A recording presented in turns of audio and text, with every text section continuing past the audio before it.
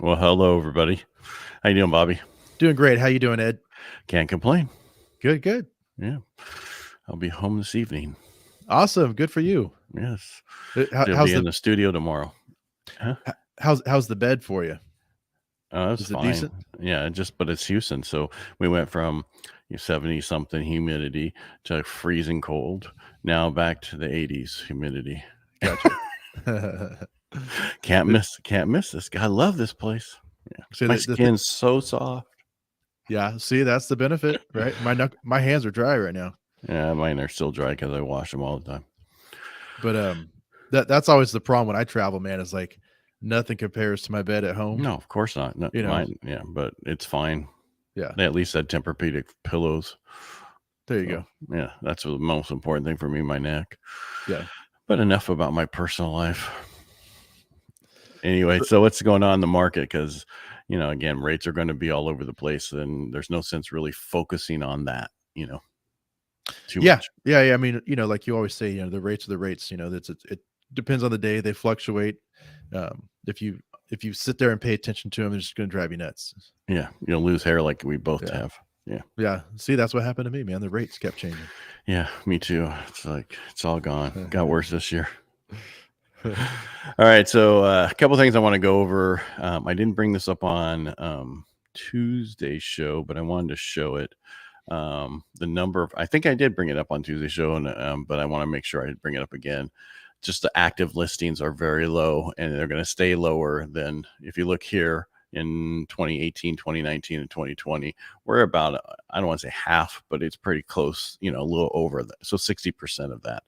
And what's going to, down the road, we'll see, I feel less and less people listing their homes to sell, less and less people moving out of California.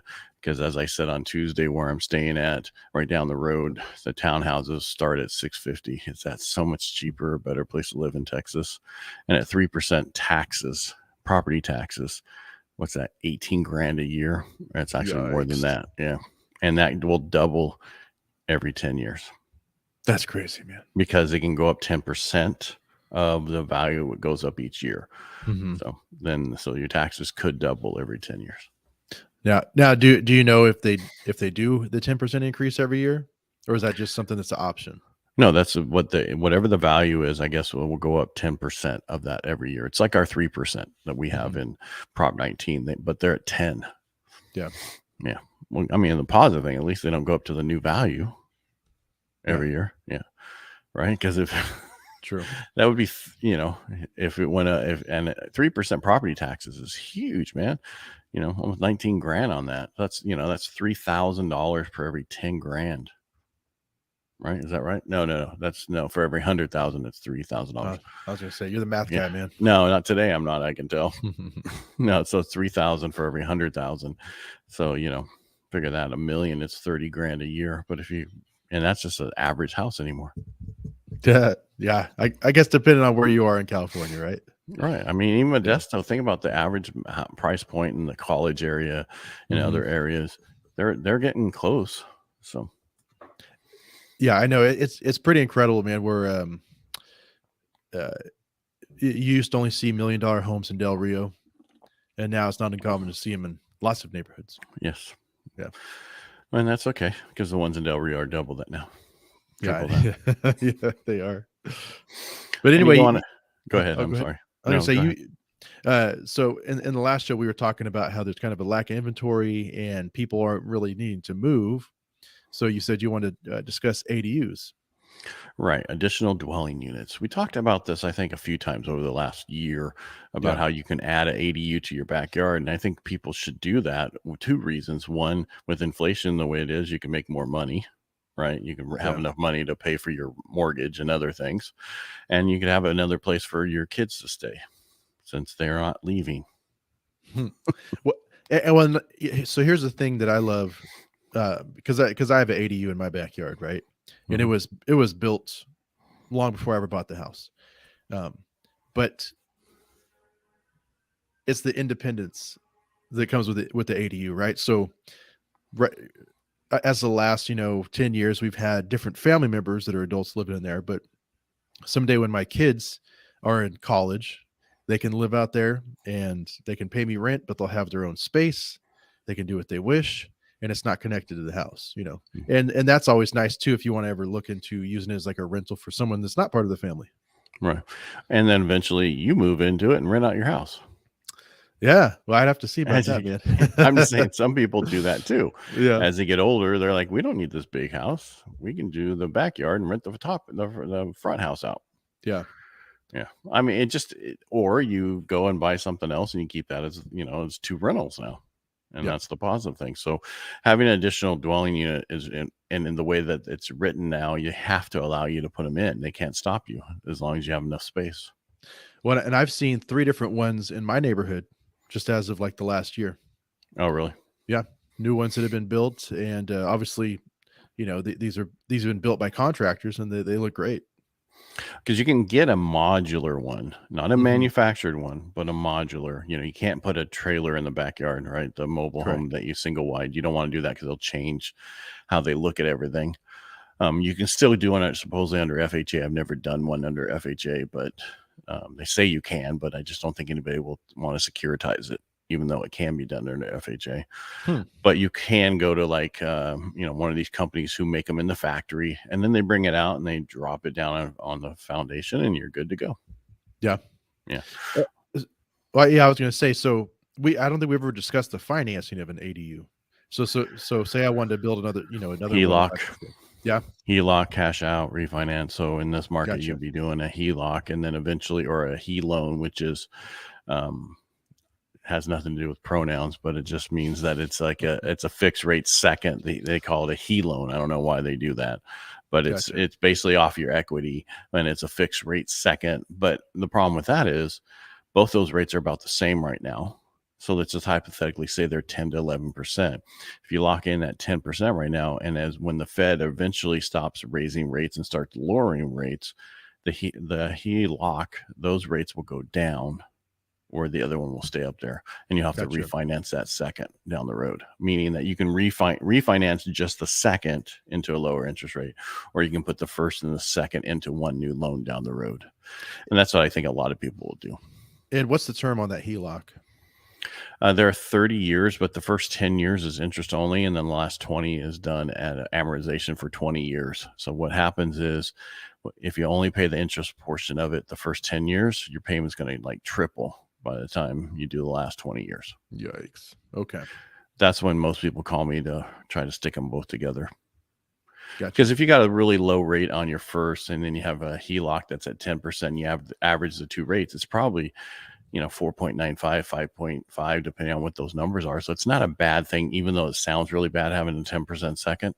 It's really an overall scheme. To look at credit cards, they're 20 to 29% now. So, yeah. And people are like, I have no problem doing that, but that's second at 10, forget that. Yeah, it's a mindset thing, right? It is. But so I don't even remember what the interest rate was the last time I had a credit card, man, but I want to say it was like around 12 to 15%. I can't believe it's that high right now. Yeah. So, well, those are just how they are. I mean, certain cards are high interest rates, and other cards are lower interest rates. It just depends on your credit score and all that kind of stuff. Yeah. Yeah. And sometimes people they don't care. They want the mileage, and they put it on there and they pay it off. So it doesn't really matter. But if you're going to do that, make sure you leave a little bit on there, because otherwise they look at it and say that you're not utilizing the card, and they give you no credit for it. Ah, good to know.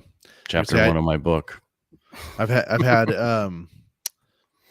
lots of friends and family that use credit cards the right way, where the credit card companies aren't making the interest off them, but they're getting the mileage or free laptop, things like that.